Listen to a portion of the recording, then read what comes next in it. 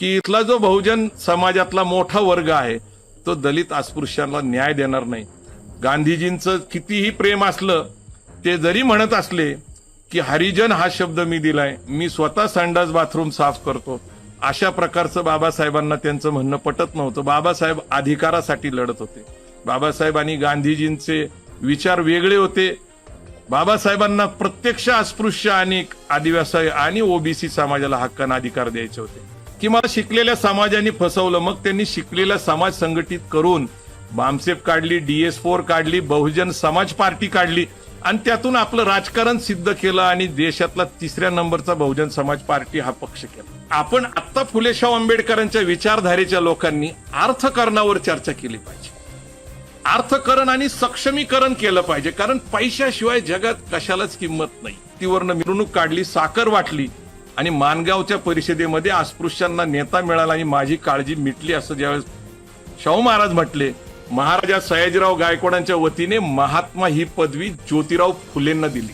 मराठा समाज हा ओबीसीच आहे, पण आरक्षणाचा लाभधारक नाही. की इथं धर्मव्यवस्था नष्ट झाली पाहिजे, जाती व्यवस्था नष्ट झाली पाहिजे, मानवता श्रेष्ठ असली पाहिजे. जय जिजाऊ, जय ज्योती, छत्रपती शाहू महाराज, जय भीम. आज बहुजन संघटक या फेसबुक पेजच्या वतीने मराठा समाज, ओबीसी समाज, शेड्यूल कास्ट, शेड्यूल ट्राईब्स आणि फुले शाहू आंबेडकर चळवळ या विषयावर मला आज निमंत्रित करण्यात आलं. त्याबद्दल मी सर्वजित बनसोड आणि राहुल खंदारे आणि त्यांची संपूर्ण बहुजन संघटकची टीम यांचे मी प्रथम आभार मानतो. खरं तर आजचा जो काळ आहे तो प्रचंड अवघड काळ आहे. कोरोनाच्या महामारीने जग लॉकडाऊन झालंय. जग लॉकडाऊन होईल अशी साधी कल्पना सुद्धा कधी आपण केली नव्हती. जगातल्या 182 देशामध्ये आज संपूर्ण बंद ठेवण्यात आलेलं आहे. आणि कोरोना असेल, कोविड-19 असेल किंवा क्वारंटाईन हा शब्द असेल किंवा आयसोलेशन हा शब्द असेल किंवा लॉकडाऊन, या एकूण ह्या सगळ्या शब्दांभोवतीच सगळी चर्चा गेली महिना 2 महिने म्हणा किंवा अगदी चायनामध्ये वुहानमध्ये ज्या वेळेस कोरोनाचा विषय आला तेव्हापासून सुरू झाली. आणि भारतामध्ये सुद्धा अशी परिस्थिती निर्माण झाली की आपल्याला लॉकडाऊन करावं लागेल. मला सगळं सांगावं असं वाटतं की खरं तर मी माझ्या शेतावर आहे अकलूजला आणि इथं चांगल्या प्रकारची आपली शेती आहे. लॉकडाऊन होऊ शकतं या शक्यतेची मला पहिल्यांदा कल्पना आली ज्या वेळेस डोनाल्ड ट्रम्प यांनी युरोपची विमानं अमेरिकेत येण्यासाठी बंद केली. मला याचं आश्चर्य याच्यासाठी वाटलं की एवढी मोठी घटना घडते त्यावेळेस माझा मुलगा पृथ्वीराज हा लंडनला शिकायला गेलेला आहे. तो रिजन्स युनिव्हर्सिटी म्हणजेच ज्या ठिकाणी डॉक्टर बाबासाहेब आंबेडकर शिकले त्या लंडन स्कूल ऑफ इकॉनॉमिक्सच्या शेजारच्याच याच्यामध्ये तो शिकत.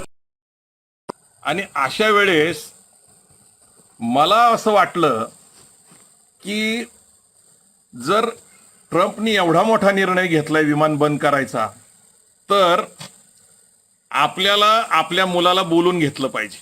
आणि म्हणून माझा मुलगा पृथ्वीराज याला मी लंडनवरनं 15 मार्चला पुण्याला यायला सांगितलं. खरं तर तो शिक्षणासाठी गेला होता. एकूण शिक्षणाचा खर्चाचा विचार करता त्याला वाटत होतं की आपण तिथंच राहावं, परंतु तो आला.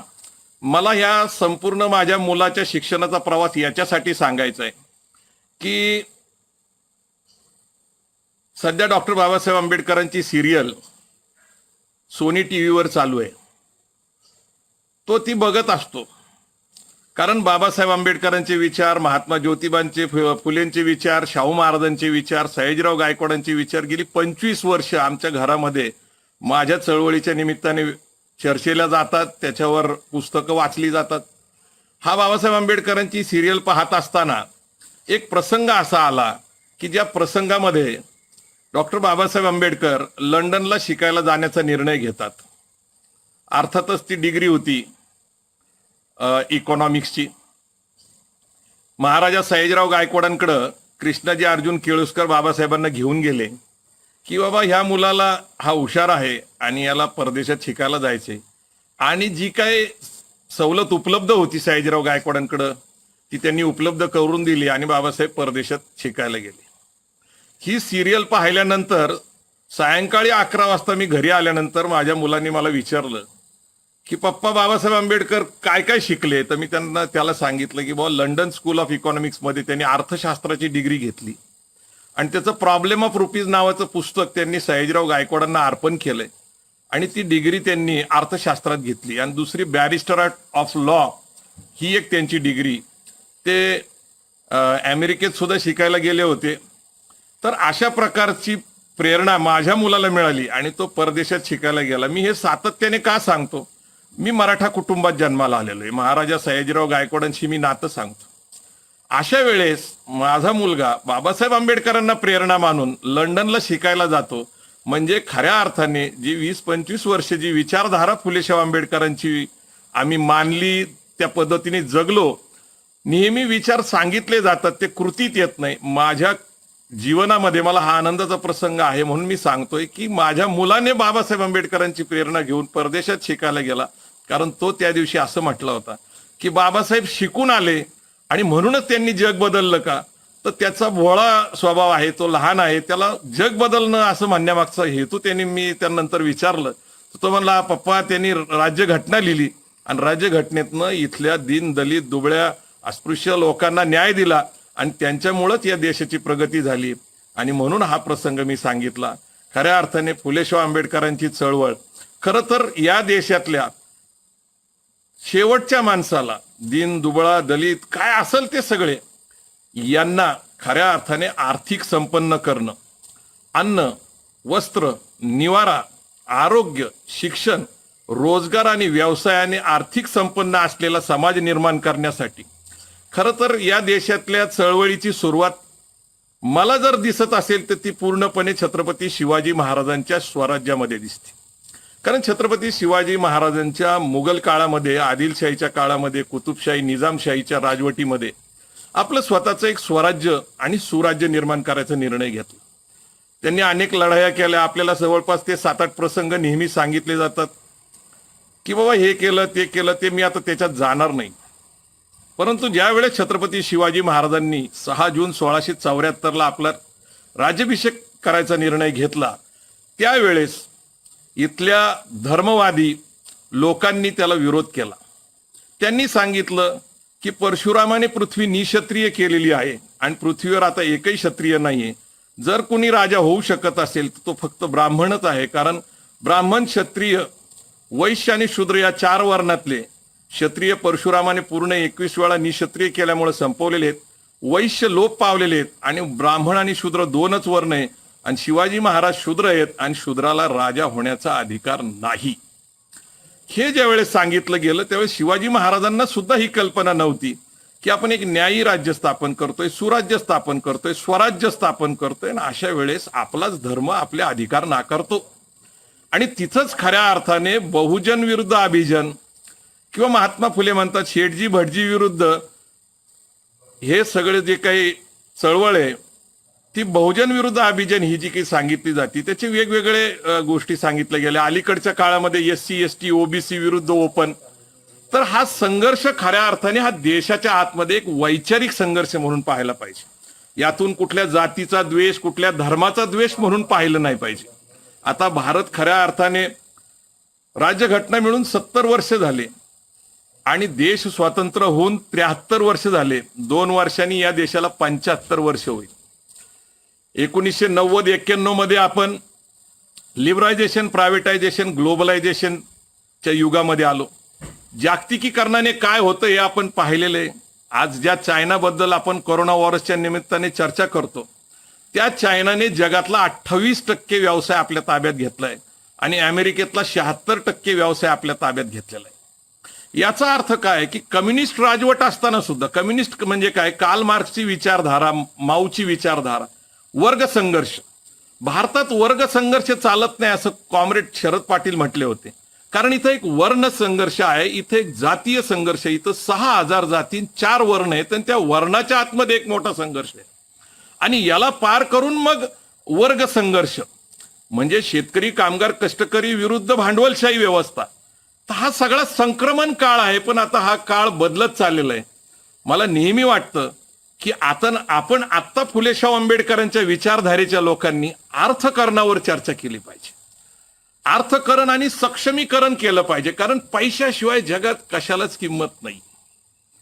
पैशाशिवाय जगाला किंमत नाही याचा अर्थ काय आहे? तर महात्मा ज्योतिबा फुले यांनी जी सामाजिक चळवळ चालवली त्यातला पहिला टप्पा होता की सगळ्यांना शिक्षण मिळलं पाहिजे. मग ते दीन दलित स्त्री अस्पृश्य सगळ्यांना शिक्षण मिळालं पाहिजे. शिक्षणाची चळवळ त्यांनी सावित्रीबाई फुले, फातिमा बीबी आणि या सगळ्या सहकार्यांच्या माध्यमातून खऱ्या अर्थाने सुरू केली. शिक्षणातनं ज्ञान येतं आणि ज्ञानातनं आपली प्रगती होती. मी तुम्हाला एक साधं उदाहरण सांगतो.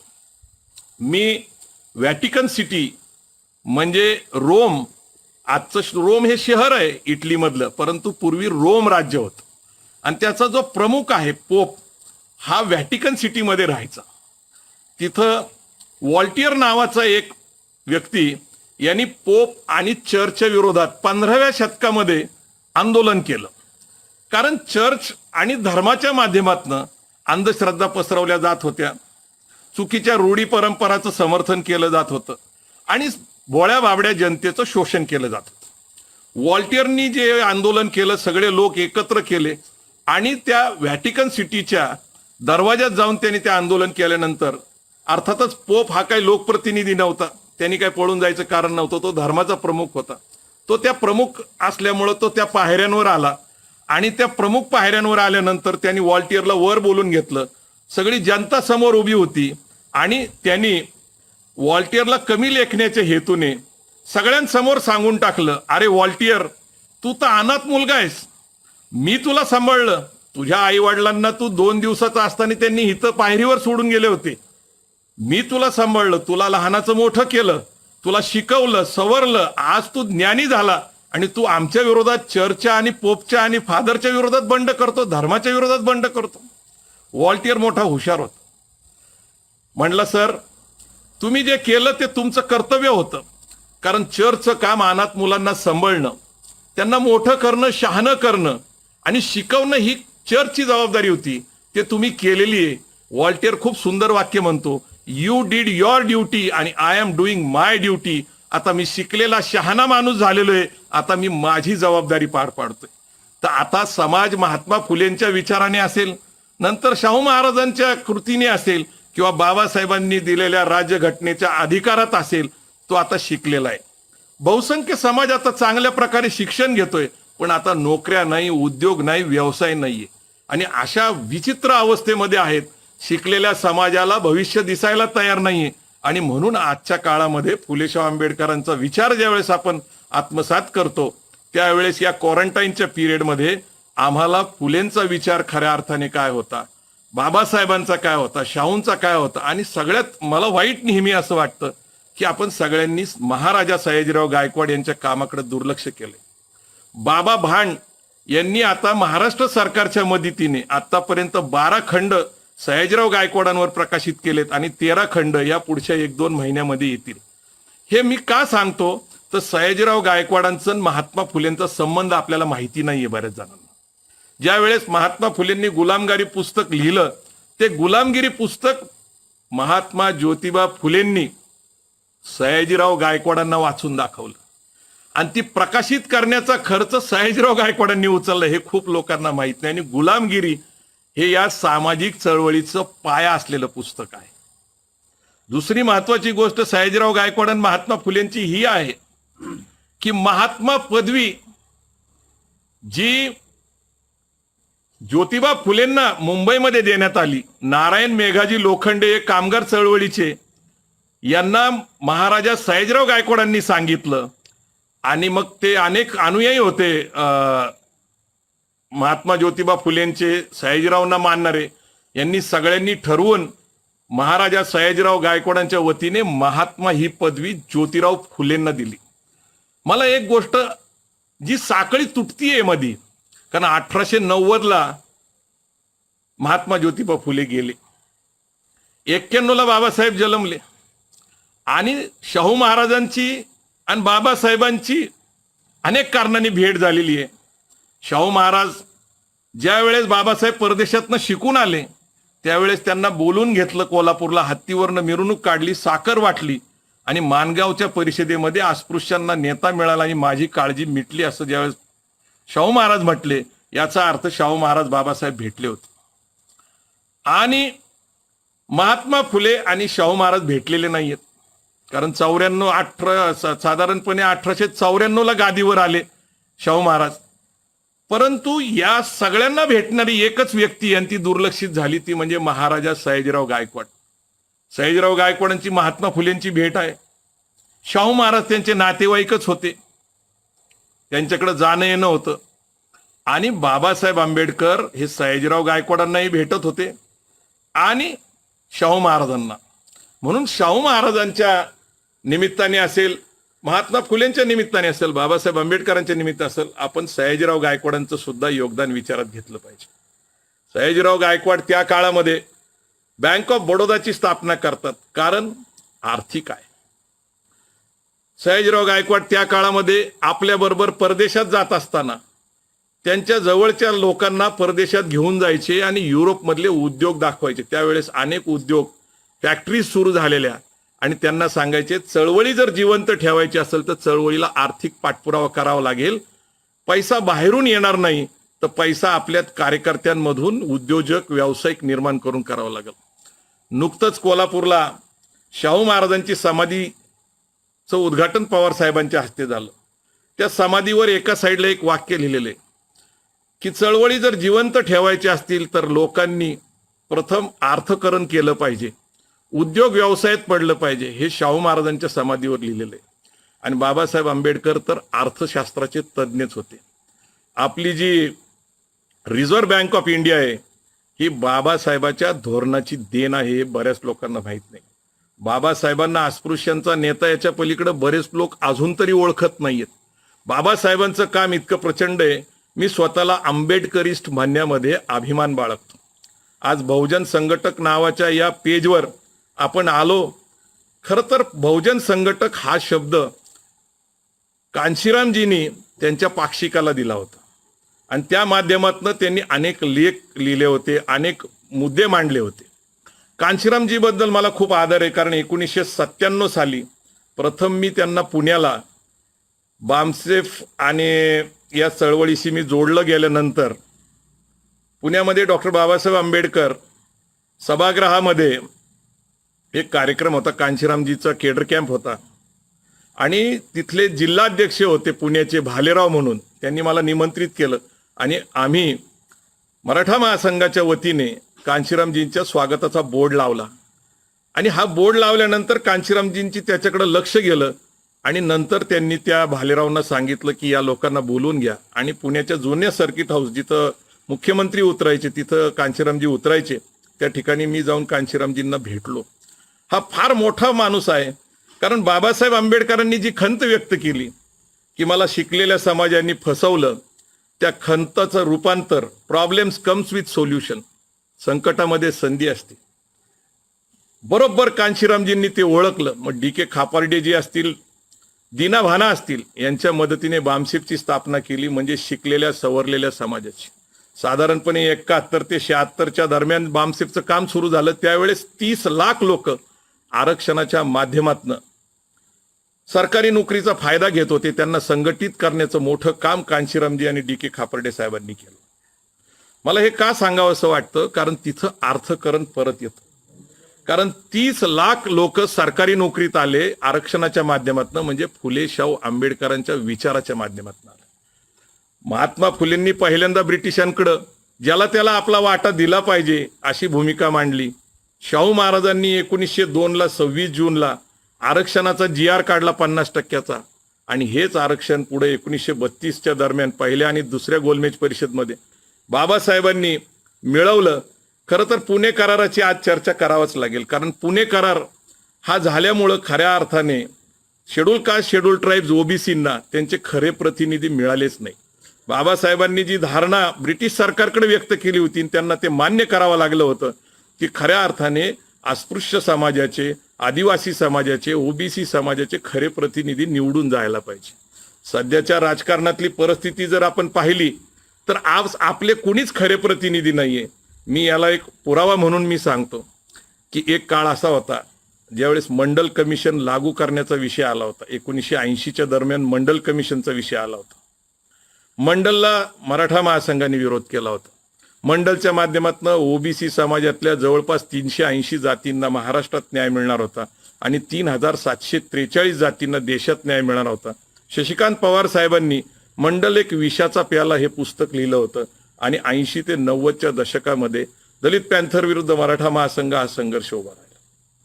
खरं तर ही वैचारिक चळवळ मराठा समाजामध्ये रुजली असती, संघटनांमध्ये रुजली असती तर आज जो संघर्ष आपल्याला SC ST OBC मराठामध्ये दिसतो तो दिसला नसता. मराठा समाज हा ओबीसीच आहे पण आरक्षणाचा लाभधारक नाही असं मी मानतो.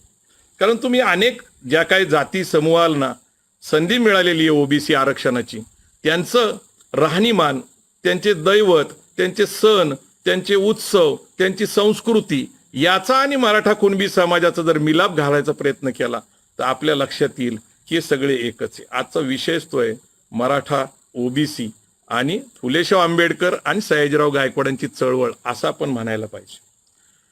2016ला जगाने पाहिलेले जवळपास 54 मोर्चे महाराष्ट्रात आणि जगभरामध्ये अत्यंत शांततेच्या पद्धतीने मराठा क्रांती मोर्चे म्हणून प्रसिद्ध झाले. जवळपास 2-2.5 कोटी लोक रस्त्यावर आले आणि मागणी होती आरक्षणाची. 1902ला ज्या शाहू महाराजांनी आरक्षण दिलं त्या आरक्षणामध्ये मराठा समाजाचा समावेश होता. ब्राह्मण, शेनवी, कायस्थ, पारशी वगळता मग जैन असतील, मुस्लिम असतील यांचा समावेश शाहू महाराजांनी केला होता.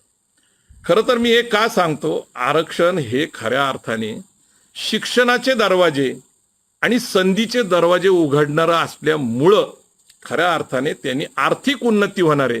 कारण दबलेल्या गरीब कष्टकरी समाजाकडे आज आर्थिक परिस्थिती नाही शिक्षण घेण्याची. शेतकरी कष्टकरी वर्गातून आलेला कुणबी मराठा समाज पूर्वीच्या काळामध्ये असं म्हणतात, तेही मान्य करायला पाहिजे की जमिनी मोठ्या होत्या पण जमिनीतनं त्या काळातही फारसं उत्पन्न मिळत नव्हतं.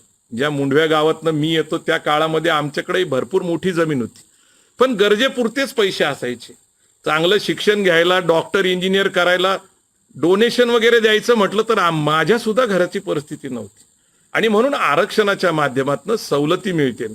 आरक्षण म्हणजे वाईट नाही, कारण आरक्षणाला बदनाम करण्यात आलं की गुणवत्ता असलेल्या लोकांवर अन्याय होतो. मुळात संधी मिळाली तरच गुणवत्ता सिद्ध करता येते आणि गुणवत्ता सिद्ध झाली की मग पुढं काय पाहता येत नाही. ज्या काळामध्ये छत्रपती शाहू महाराजांनी पहिल्यांदा आरक्षणाचा निर्णय घेतला, आपल्या बहुतेक चळवळीतल्या लोकांना ही गोष्ट माहिती असेल तरीही सांगतो, त्याला प्रचंड विरोध झाला 1902 मध्ये. आणि शाहू महाराजांचे काही मुंबईतले ब्राह्मण मित्र शाहू महाराजांना विनंती करायसाठी कोल्हापूरला भेटायला आले. म्हटले, अहो महाराज, तुम्ही गुणवत्ता असलेल्या लोकांवर अन्याय करता आणि तुम्ही जर असे अस्पृश्य दलित लोकांना, शेतकरी लोकांना जर आरक्षणाचे लाभार्थी करून 50% प्रशासनामध्ये जर संधी दिली, नोकरीमध्ये संधी दिली तर आमच्या लोकांवर अन्याय होईल. पण तुमचं प्रशासन ढासळल, त्याची गुणवत्ता ढासळल आणि लोकांनाच त्याचा त्रास होईल.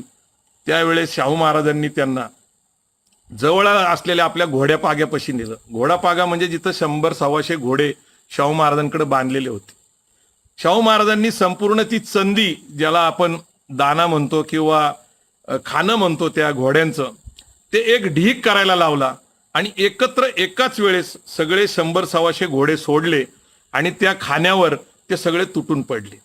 हे सगळं चित्र पाहिल्यानंतर त्यांचे ब्राह्मण मित्र शाहू महाराजांना म्हटले, अहो महाराज, तुम्ही तर घोड्याचे जाणकार आहात, मग अशा वेळेस तुम्ही एकत्र असं खाणं कसं काय घोड्यांना देऊ शकता? महाराज म्हटले, माझं काही चुकलंय का? तर ते म्हटले, हो, कारण ताकदवान तरुण घोडे पुढं सरसवलेले आहेत आणि जे गरीब आहेत, जे दुबळे आहेत, जे आजारी आहेत, ते घोडे मात्र आता उपाशी राहणार. कारण तगडे आणि ताकदवान घोडे सगळं अन्न खाऊन टाकतील आणि त्यांना उपाशी राहावं लागेल. मग महाराज म्हटले, मग काय केलं पाहिजे? तर ते ब्राह्मण मित्र म्हटले की ज्याचा त्याचा वाटा ज्याला त्याला द्यायला पाहिजे. मग शाहू महाराज म्हटले, अरे जनावराबद्दल जर तुमची ही भूमिका असेल आणि माणसाबद्दल जर मी ही भूमिका घेतली तर तुम्हाला एवढं वाईट वाटायचं काय कारण आहे? ते सगळे ब्राह्मण मित्रांना शरम वाटली. ते त्या ठिकाणी निघून गेले. शाहू महाराजांनी आरक्षणाचं समर्थन केलं. त्यांच्या राज्यामध्ये समृद्धी आली. आणि मला अभिमानाने सांगावं असं वाटतं, आज सुद्धा देशामध्ये कोल्हापूर म्हणजे पूर्वीचं करवीर संस्थान, दरडोई उत्पन्नामध्ये त्यांचा जिल्हा देशात 1 नंबरला आहे. मग राजानगरीचं धरण असेल, शाहू मिल असेल, जयसिंगपूरची बाजारपेठ असेल, राजारामपुरी असेल, ह्या सगळ्या ज्या गोष्टी तिथं केल्या शाहू महाराजांनी, ते बहुजन समाजाला बरोबर घेऊन. कोल्हापूरला कधीही हिंदू मुस्लिम दंगल होत नाही, कधीही दलित मराठा दंगल होत नाही. याचं कारण तिथं खऱ्या अर्थाने विचार पेरलेले आहेत, रुजलेले आहेत. आम्ही खूप लोक विचारावर चर्चा करतो. मला सांगावं असं वाटतं की आमचे बहुसंख्य बहुजन समाजातले, दलित ओबीसी समाजातले लोक हे खऱ्या अर्थाने फुले शाहू आंबेडकरांचे विचार आपल्या जीवनात आत्मसात करत नाही. कारण अंधश्रद्धेचे आपण जे प्रकार बघतोय आता, अंधश्रद्धेतनं बाहेर पडत नाही, हे एक चांगलं उदाहरण आहे. ते अनेक कारणाने नवस करताना दिसतात. मला तर आश्चर्य वाटतं. मी एकदा जिजाऊ रथ यात्रेमध्ये असताना अमरावती जिल्ह्यात गेलो होतो आणि गाडगे महाराजांच्या समाधीवर गेलो होतो. ज्या गाडगे महाराजांनी अंधश्रद्धेवर इतके आसूड ओढले, त्या गाडगे महाराजांच्या समाधीवर मूल व्हावं म्हणून नवस करणारे लोक मी पाहिले. आणि म्हणून मला असं वाटतं की फुले शाहू आंबेडकरांची विचारधारा नुसती सांगण्यासाठी किंवा चर्चेसाठी किंवा वाचण्यासाठी नाही, तर ती आत्मसात करायला पाहिजे. आणि ती आत्मसात करणं किती गरजेचं आहे, तर त्यातनंच खऱ्या अर्थाने प्रगती होतीये. भारत आता स्वातंत्र्याच्या 75कडे चाललेला असताना खऱ्या अर्थाने बहुसंख्य लोकांना न्याय मिळणं अपेक्षित आहे. परंतु बघा ना काय परिस्थिती. 2016ला मराठा समाज हा एकेकाळचा प्रगतशील मानला गेलेला, खरं तर तसं नव्हतं. तसं असतं तर शाहू महाराजांनी त्यांच्या काळामध्ये मराठा समाजाला आरक्षणाचे लाभधारक केलं नसतं. हा शेतीवर उपजीविका करणारा समाज आहे. या संपूर्ण फुले शाहू आंबेडकरांच्या विचारधारेचा सार जर मला कळाला असेल तर मी असं मानतो की इथं धर्मव्यवस्था नष्ट झाली पाहिजे, जाती व्यवस्था नष्ट झाली पाहिजे, मानवता श्रेष्ठ असली पाहिजे. याचा अर्थ असा आहे की जातीअंताची लढाई जी महात्मा फुलेंना करायची होती सत्यशोधक चळवळीच्या माध्यमातून, ती आजही होत नाही. आज जातीचा अभिमान बाळगणारे लोक तयार झालेत. शाहू महाराजांना समता पाहिजे होती. समतेची लढाई लढण्यापेक्षा आता पूर्वी वर्ण होते, आता वर्ग तयार झालेत आणि त्या वर्गामध्ये सुद्धा एक दर्जा तयार झालेला आहे. आणि डॉक्टर बाबासाहेब आंबेडकरांनी राज्यघटना या देशाला दिल्यानंतर त्यांच्या भाषणामध्ये त्यांनी सांगितलं की मी समता, बंधुता, न्याय, स्वतंत्र आणि धर्मनिरपेक्ष हा शब्द नंतरच्या काळामध्ये इंदिरा गांधींनी घातलेला आहे. पण समता, बंधुता, न्याय आणि स्वतंत्र म्हणजे समतेला आधारित असलेली मी राज्यघटना देऊ शकलो. सगळ्यांना समान हक्क मिळतील, समान अधिकार मिळेल, समान संधी मिळेल अशी राज्यघटना देऊ शकलो. पण आर्थिक समानतेचा कार्यक्रम मला राज्यघटनेमध्ये अंतर्भूत करता आला नाही, ही त्यांची खंत होती. आमच्या महापुरुषाच्या ज्या खंत आहेत त्याच खऱ्या अर्थाने आमच्या विचाराच्या पुढच्या काळामध्ये कामाची दिशा ठरवणार आहे. जसं कांशीरामजींबद्दल मला नेहमी सांगावंसं वाटतं की जसं बाबासाहेब म्हटले होते, मी मगाशीच सांगितलं की मला शिकलेल्या समाजाने फसवलं. मग त्यांनी शिकलेला समाज संघटित करून बामसेप काढली, DS4 काढली, बहुजन समाज पार्टी काढली आणि त्यातून आपलं राजकारण सिद्ध केलं आणि देशातला 3ऱ्या नंबरचा बहुजन समाज पार्टी हा पक्ष केला. ही गोष्ट किती महत्वाची आहे की प्रॉब्लेम्स कम्स विथ सोल्युशन. कांशीरामजींनी प्रॉब्लेम्स पाहिले, सोल्युशन म्हणजे पुणे करार हा धिक्कार करार. त्या काळामध्ये त्यांनी भूमिका घेतली 1982ला. लोकांना ते पटलं नाही, कारण बाबासाहेब आंबेडकर आणि गांधीजींनी एका लेवलवर येऊन तो करार केला होता. पण त्याची खंत बाबासाहेब आंबेडकरांनी आपल्या आयुष्याच्या शेवटी सांगितली होती की मला रिअल रिप्रेझेंटेशन मिळालं नाही. बाबासाहेब आंबेडकरांना सुद्धा घटना समितीमध्ये जाताना किती त्रास दिला या लोकांनी. जर खरं रिअल रिप्रेझेंटेशन असतं तर बाबासाहेबांना घटना समितीमध्ये निवडून जाण्यासाठी सगळ्यात सोपा मार्ग होता. परंतु बाबासाहेब या गोष्टीवर ठाम होते की इथला जो बहुजन समाजातला मोठा वर्ग आहे तो दलित अस्पृश्यांना न्याय देणार नाही. गांधीजींचं कितीही प्रेम असलं, ते जरी म्हणत असले की हरिजन हा शब्द मी दिलाय, मी स्वतः संडास बाथरूम साफ करतो, अशा प्रकारचं बाबासाहेबांना त्यांचं म्हणणं पटत नव्हतं. बाबासाहेब अधिकारासाठी लढत होते. बाबासाहेब आणि गांधीजींचे विचार वेगळे होते. बाबासाहेबांना प्रत्यक्ष अस्पृश्य आणि आदिवासी आणि ओबीसी समाजाला हक्काने अधिकार द्यायचे होते. परंतु आपण आपल्या महापुरुषांबद्दल बोलत असताना कुणाचा अवमान करण्याचा इथे हेतू नाहीये. झालेल्या घटना आहेत, घडलेल्या घटना आहेत, याच्यातून मात्र आपल्याला खऱ्या अर्थाने काय शिकलं पाहिजे, तर परत परत तोच विषय आहे. भारत एक समृद्ध देश करायचा असेल, जागतिक महासत्ता करायची असेल, तर या करोनाच्या काळामध्ये आपल्याला ती संधी उपलब्ध झालेली. लोकसंख्या ही आपली समस्या आहे. 140 कोटी लोक या देशामध्ये 2020 मध्ये झालेले असतील, अशी आकडेवारी आता आपल्याला जनगणनेनंतर कळलंच. 2020 मध्ये 140 कोटी लोकसंख्या. आपण चायनाच्या जवळ जातोय. चायनामध्ये जी काही प्रगती झाली, आर्थिक प्रगती झाली, ती या देशातल्या लोकांसाठी खूप गरजेची आहे. आपले अनेक शिकलेले चांगले लोक परदेशामध्ये जाऊन नोकरी करतात. ते लोक परत आपल्या देशामध्ये यावेत, पुढची पिढी घडावी, याच्यासाठी आता पुढच्या काळामध्ये जाती अंताची लढाई, आर्थिक समानता आणि आपल्याला प्रत्येकाला चांगली योग्य संधी मिळावी, अशी माझी इच्छा आहे. फुलेशाह आंबेडकरांच्या विचारात समता, बंधुता आणि न्याय हा विषय आलेलाच आहे. समता म्हणजे सगळ्यांना समान, न्याय सगळ्यांना मिळाला पाहिजे, बंधुभाव सगळ्यांमध्ये असलं पाहिजे. आणि त्याचबरोबर आपल्याकडून सगळ्यांकडून जे दुर्लक्ष झालेलं आहे की डॉक्टर बाबासाहेब आंबेडकरांनी डॉक्टरेटची डिग्री घेतली होती, ती अर्थशास्त्राची होती. अर्थशास्त्राशिवाय कुठलंही गणित बदलता येत नाही. आणि बॅरिस्टर ॲट लॉ असल्यामुळं, त्यांना राज्यघटनेच्या माध्यमातून कायदा पंडित असल्यामुळं, त्यांना या देशाला कायद्याचं पुस्तक, ज्याला आपण आपला धर्मग्रंथाच्या पेक्षा जास्त महत्व आपल्याला राज्यघटनेचं, ते बाबासाहेबांना देता आलं. बाबासाहेबांचे अनेक पुस्तकं आहेत, रायटिंग अँड स्पीचेस आहेत. महात्मा फुलेंचं आपल्याला सगळ्यांनाच माहिती आहे, शेतकऱ्यांचा आसूड असेल, त्याच्यानंतर तृतीयरत्न नाटक असेल, गुलामगिरी असेल, या माध्यमातून त्यांचं प्रचंड प्रबोधन त्यांनी केलेलं आहे. फुलेशाह आंबेडकर, सयाजीराव गायकवाड पण आपल्याला आता पुढच्या काळामध्ये हळूहळू करतील. मी या फेसबुक लाईव्हच्या माध्यमातून बाबा भांडसरांचं सुद्धा आभार मानतोय, कारण त्यांनी जे गेली 10-15 वर्ष कष्ट घेतले, लंडनला जाऊन वास्तव्य केलं, तिथले सगळे कागदपत्र मिळवले. त्यांच्याकडे अनेक असे कागदपत्र आहेत, अनेक पत्रव्यवहार आहेत, त्याच्यामध्ये बाबासाहेबांचे आहेत, शाहू महाराजांचे आहेत, सयाजीराव गायकवाडांचे आहेत. येणाऱ्या काळामध्ये अनेक नवीन इतिहासाकडे आपण प्रकाश टाकू.